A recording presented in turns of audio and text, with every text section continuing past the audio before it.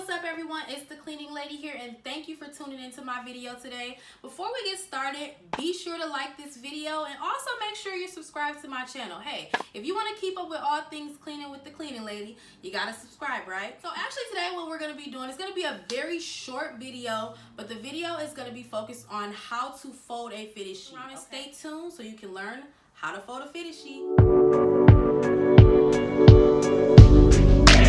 Oh boy, I feel weak, I feel insane, I feel you all in my veins, I need you. I did a poll on Instagram and on Facebook asking, some of my followers and my friends on Facebook what type of content they wanted to see from me. And pretty much everybody said they wanted to know how to fold a fitted sheet. So I'm guessing most of you guys are just probably balling the sheet up.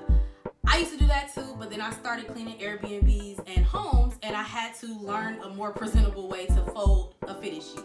So I'm using a king size fitted sheet for this video, and it's also not brand new. So just keep in mind, if you do use a brand new sheet, it's gonna look a lot neater than mine does. Mine is not brand new, it just came out of the dryer, so it's a little wrinkled. Begin with the corner of the sheets curved in your right hand and the other in your left. Bring both ends together and with your free hand, grab the other corner. Make sure the bottom of the sheet is not balled up. Then lay your sheet on a flat surface.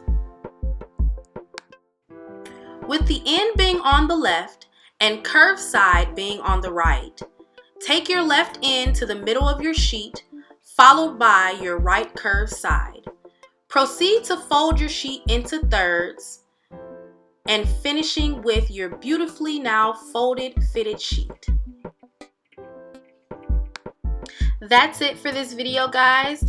Be sure, if you now have a beautifully folded fitted sheet, you like this video, make sure you're subscribed to my channel for all things cleaning with the cleaning lady.